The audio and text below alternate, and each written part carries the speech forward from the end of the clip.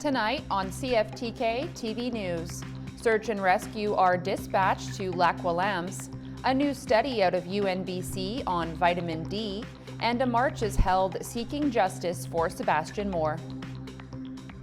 Northwest BC's only television news team.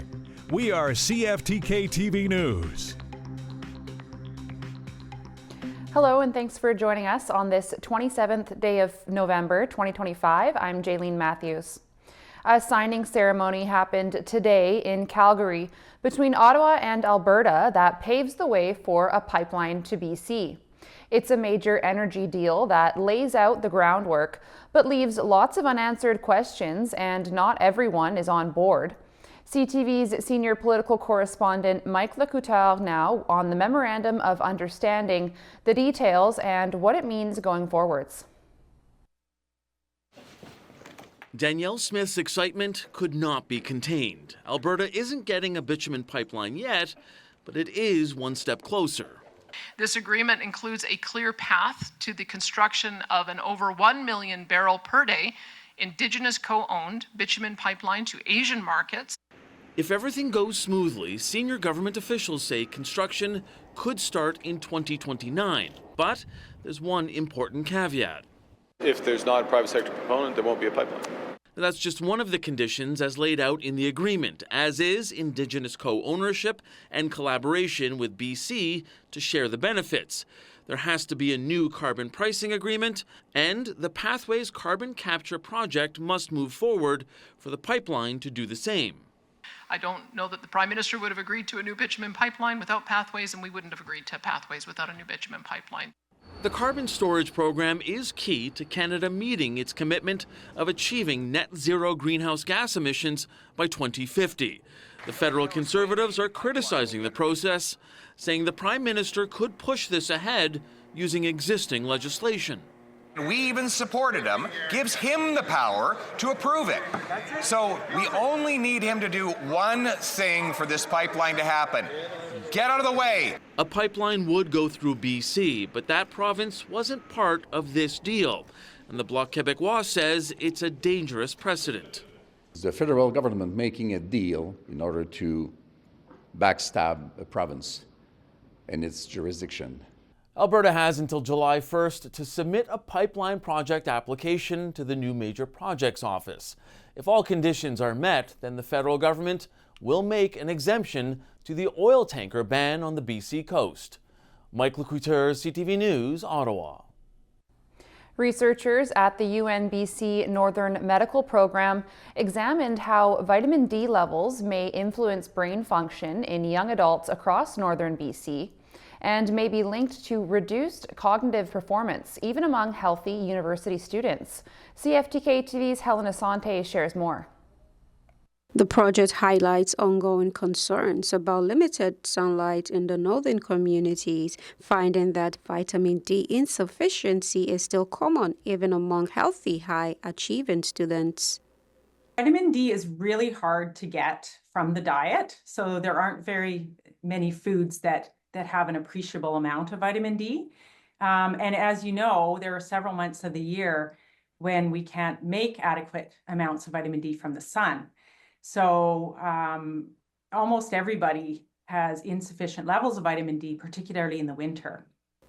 She shares detailed experimental observations. This particular study, it was immediate recall of words and numbers. So we looked at a list of words. I think there were 15 words altogether. And this list was repeated a number of times, but it was the first few repetitions of the list that the participants had the most difficulty with. So they didn't perform as well on the immediate repetition if their vitamin D levels were lower. But as the number of repetitions increased, then they were just as good as the individuals with higher levels of vitamin D. So it just seems to be that immediate memory. And same for numbers, repeating back a series of numbers the first time around was less efficient. So they would need more repetitions to get it right. Speaking with Jenna, now a graduate, shares her experience through the research. I was really surprised. I think we weren't expecting the results that we got, especially with having them be university students, because they are using their cognition so often. And I feel like growing up in the North, I was born and raised in Prince George, so I feel like people talk about vitamin D a lot and how we don't get that sun, but I feel like a lot of people don't actually know the consequences of having lower levels. And I found that among my peers, like it's really not common knowledge for young adults to be aware that vitamin D is important. So that's one of the benefits of this study, is to kind of bring awareness of young adults. Dr. Jackie suggests that vitamin D supplementation could play a role in supporting cognitive health for young adults. Particularly during the winter months, we would recommend, based on our findings as well as those in the literature, for most adults, they would need between 1,500 and 4,000 international units per day to reach that level. CFTK-TV News, Helen Asante. Prince Rupert Search and Rescue have reported that they've been dispatched to Lac Williams at the request of the RCMP. Search and Rescue says their mission was to conduct a specialized evidence search to aid in an investigation dating back several years in the region. Search and Rescue report they worked alongside Terrace Search and Rescue, conducting rigorous Type 3 closed grid searches across a designated beach area and adjacent forested terrain. PRG-SAR say they are deeply committed to supporting the RCMP's investigative efforts and utilizing specialized skills to help bring resolution and closure to the family and community of Lac Williams. Yesterday evening, a memorial march took place as the family of Sebastian Moore continues to seek justice. In late November of 2023, 17-year-old Moore was stabbed to death just outside of a residence on the 3000 block of Clinton Street. Moore's family said that he was attempting to defend his cousin from her allegedly abusive partner. The individual allegedly responsible for the stabbing was not charged, and the family has since been advocating for justice. Supporters wore pink in memory of Sebastian. This was the second march of its kind related to Sebastian's case. Coming up next, a BC family's push for changes to involuntary care.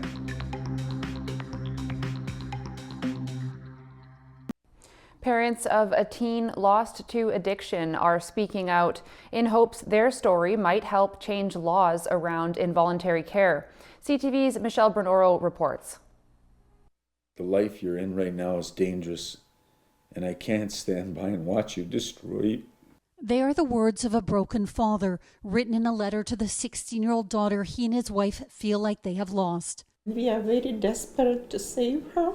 We are not identifying the parents to protect their teen, who they say started to change about 2 years ago, skipping school and coming home late or not at all. They say she began using crystal meth. Behaviors just got very violent and erratic. They were almost daily.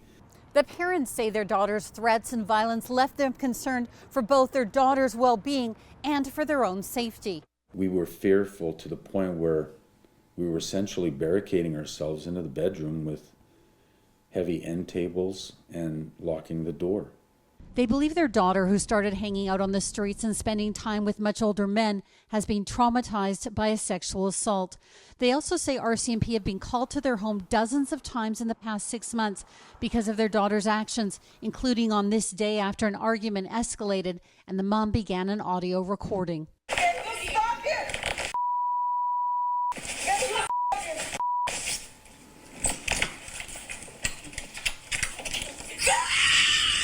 She was pushing me. She literally grabbed her by the Yes. chest and thrashed her around like a rag doll. The parents say for at least a year they've been trying to get their daughter help and recently gave the ministry temporary custody. And they kept reminding me that they can't force her into treatment, that it all has to be voluntary. I believe that the laws that are on the books right now are rendering parents helpless, where we can't involuntarily put our children into care into treatment care. The Premier says a provincially appointed chief scientific advisor has been researching the issue of involuntary care in youth. He has been doing that work, that engagement with medical professionals, various stakeholders and so on, and is currently incorporating their feedback into the draft guidelines that he has prepared. And we hope to be able to release those as soon as possible. If you have a 12-year-old daughter who is addicted, as a parent, should you have the right to put your child into treatment and recovery? And I believe you should. I strongly believe that if you force your child into treatment in a locked up facility where they can't leave, they have no choice now but to wean themselves off of this drug. They're safe from their predators, and they have access 24/7 to counselors and doctors. These parents fear their daughter could lose her life to an overdose. They hope for changes that will save not just her, but many other children. I'll keep praying, loving, and hoping until you come home. Michelle Bernoro, CTV News, Kamloops. Turning now to your Northwest BC weather report. Tonight on the North Coast, expect conditions to be clear with a low of -1 degree. Over the next few days on the North Coast, expect mainly sun and clouds, maybe a little rain in there as well.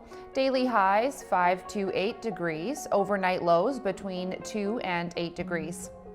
Tonight in the Terrace Kitimat area, expected to be clear, winds from the north and a low of -4 degrees, wind chill -13 overnight. Over the next few days in the Terrace Kitimat area, expect a mix of sun and clouds until some snow starts up again on Sunday, then back to rain on Monday. Daily highs from -2 to 4 degrees, overnight lows ranging from 4 down to -2 degrees. Tonight in the Bulkley Valley and Lakes District, it's looking like clouds will clear this evening with fog patches developing after midnight, a low of -14 degrees. Over the next few days in the Bulkley Valley and Lakes District, expect mainly sun and clouds with the likelihood of some snow later in the weekend. Daily highs from -6 to 1 degree, overnight lows between -9 and -3 degrees. And now we'll turn to your Northwest BC Highways report. On Highway 16, there is bridge maintenance and road maintenance on Haida Gwaii, also slushy and slippery sections throughout. On Highway 37, watch for utility work, also slippery sections and compact snow. On Highway 37A, there's a section with falling rocks, also bridge maintenance underway, also slippery sections and compact snow. On Highway 118, watch for slippery sections, snowing and compact snow. On the Niska Highway, there is roadside brushing underway, also slushy and slippery sections.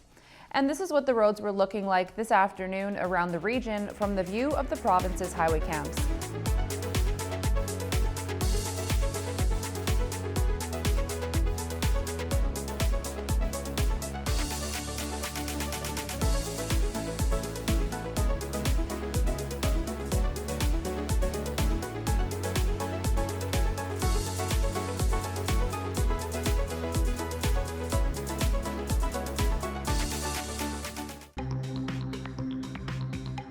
Still to come, wait times for surgery becoming life or death.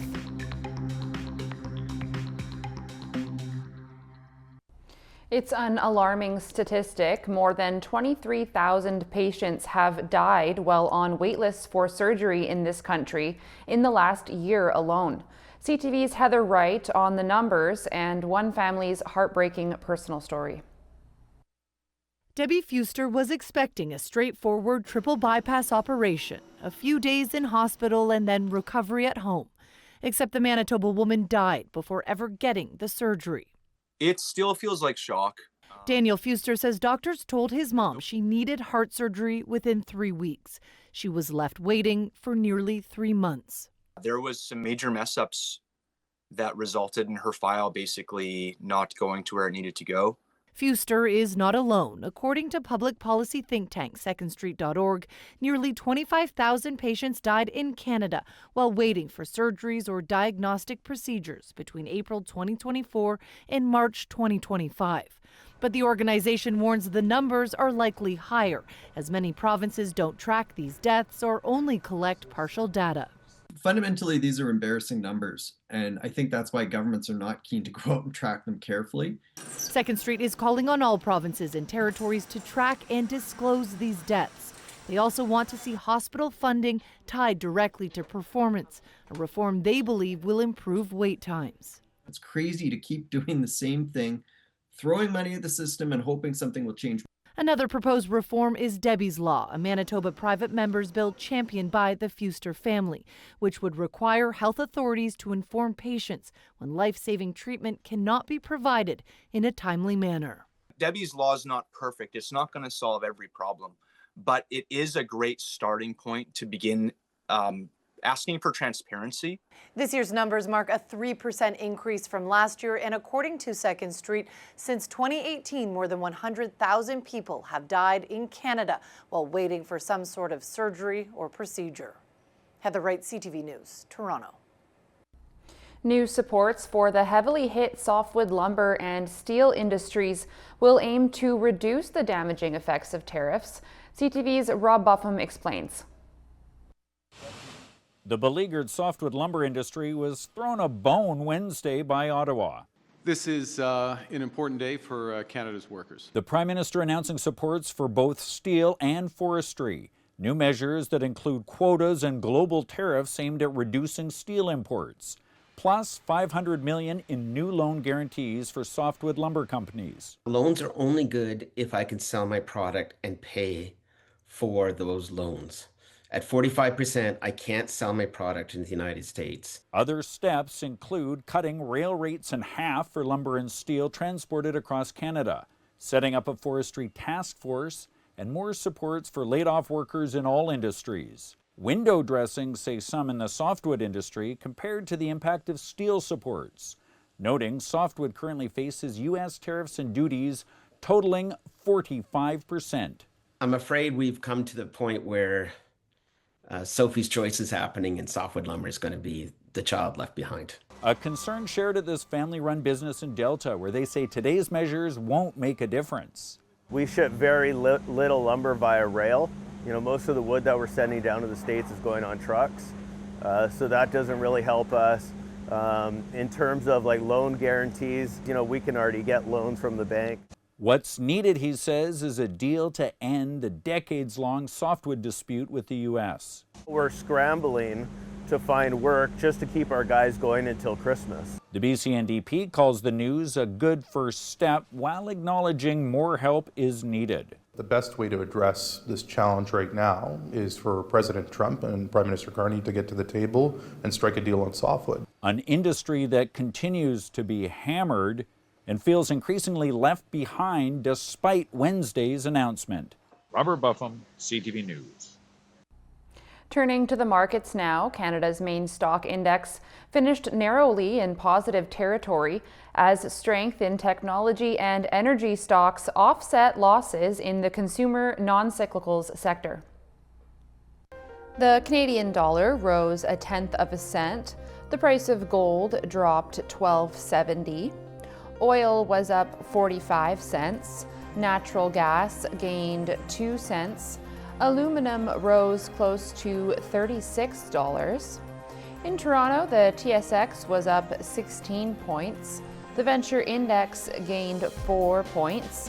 In New York, the Dow Jones and NASDAQ had no change due to American Thanksgiving.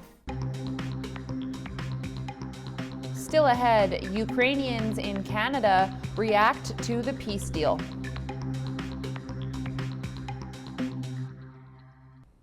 Talks continue to heat up on a possible peace deal between Russia and Ukraine. But as CTV's Alex Karpa reports, some Ukrainians in Canada are worried of what impacts this could have on Ukraine. Christina Miroshnik came to Canada in 2022. She had been living in Sumy in northeastern Ukraine, but Russian attacks near her home forced her to flee, leaving everything she knew behind. We have parents-in-law and a brother-in-law back there, and a lot of friends. Miroshnik continues to keep in contact with her family daily, and like them, she is now watching closely as world leaders try to broker a peace deal between Ukraine and Russia. It doesn't really make any sense to us, and we don't really trust those guarantees. Oleg Klitschak shares those same worries. His parents and oldest daughter still live in Ternopil, and a recent strike that killed over 30 people was just 150 meters away from his home. Words fail me talking about that. Klitschak wants to see peace in his home country, but for any of this to work, he says Ukraine must be at the table. Every negotiations, every scenes on future plan for stop war in Ukraine must be with Ukraine. Pressure is building, and the Ukrainian-Canadian Congress says that Ukraine is being put in a difficult situation. We could lose American support, and the worrisome bit is that Europe isn't ready to fill in the gap that America, that American withdrawal from the process would entail. As for Miroshnik, she worries about what the future of Ukraine looks like. We do not like sometimes they promise a lot and do nothing, or they promise one thing and then they do another thing. With all the unknowns and the continued attacks, those that I spoke to say that with Canadian and European support, there is still hope that peace can be achieved. Alex Karpa, CTV News, Winnipeg. Finally tonight, a couple have moved their beloved rubber duck store from Point Roberts, USA over to Canada since it became unsustainable in the U.S. CTV's Shannon Patterson reports.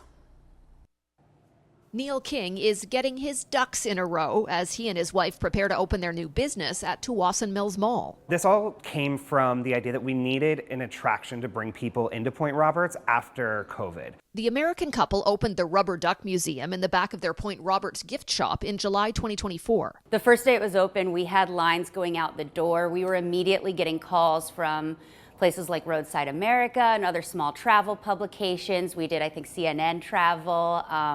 It was really exciting. It was going swimmingly until Donald Trump was elected. The second he was elected and those 51st State comments started coming out, we got flooded with emails from our Canadian visitors, our tourists, our regulars, just saying, I am so sorry. I'm not coming down for the next 4 years. Not only were fewer Canadians crossing the border to visit the Rubber Duck Museum in Point Roberts, the business was being clobbered by President Trump's ever-changing tariffs on Chinese imports. Pretty much overnight, our entire business became unsustainable. We couldn't get anything for any price point that made sense. And we had just put so much into this. You know, it was a sink or swim moment. It actually became a no-brainer to come to Canada. Like, we love Canada. That's why we moved to Point Roberts to begin with. Canada aligns more with our values. The new Rubber Duck Museum will open in Tsawwassen Mills next Monday. We are going to have close to 4,000 to 5,000 different kind of ducks and various duck products such as bath bombs and soaps and, you know, little ducky cards and anything rubber duck related we are trying to bring in. This one is from the 50s from Sunco. There's also a collection of rare and antique rubber ducks on display that tell the story of the iconic toy. We have some of them that we got directly from Sesame Street Workshop. We have 2 rubber ducks that have been used on screen by Ernie. The Kings are betting it all on British Columbians embracing the first rubber duck store in Western Canada. Our hope is that the store just brings that joy and wonder to Tsawwassen and Canada. We really want to make sure that this just keeps living on. And if they can make a living at it too, well, that's just ducky. Shannon Patterson, CTV News, Tsawwassen.